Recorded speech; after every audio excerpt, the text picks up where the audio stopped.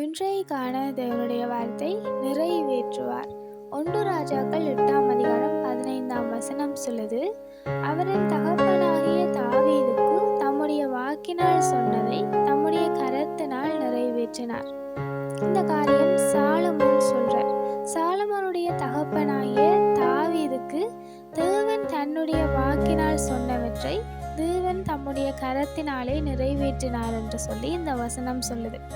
உண்மையில் எங்களுடைய வாழ்க்கையில தேவன் எங்களுக்கு வாக்கினால் சொன்னவைகளை அவருடைய கரங்களினாலே நிறைவேற்ற போதுமானவராக இருக்கிறார். ஆனால் ஒரு சில நேரங்களில் எங்களுடைய வாழ்க்கையில் ஏதாகிலும் ஒரு தாமதங்கள் வரும் பொழுது நாங்கள் எங்களுக்குள்ளே இருக்கிறதான அந்த நம்பிக்கை, அந்த விசுவாசத்தை இழந்து போகிறோம். உண்மையில் எல்லாமே ஒரு சோதனைகள் தான். தேவன் எங்களுடைய வாழ்க்கையில் அனுமதிக்கிறது எல்லாமே எங்களை புடமிட்டு பார்ப்பதற்காக.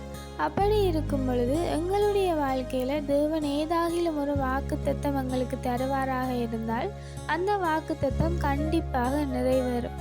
தேவன் வாக்கு மாறாதவர். அவர் ஒருபோதும் மனம் மாறுகிறதில்லை.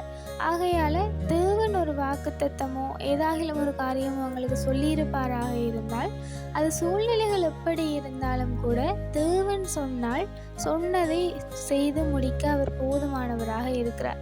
அதே போல் இந்த வசனத்தில் சொன்னது போல உண்மையில் அவருடைய வாக்கினால் அவர் சொன்னதை அவருடைய கரங்களினால் அவர் நிறைவேற்றுவார். ஆனால் எங்களுடைய வாழ்க்கையில் அதை நாங்கள் பெற்றுக்கொள்ள முடியாமல் போகிறதுக்கு காரணம் எங்களுடைய அவிசுவாசம்.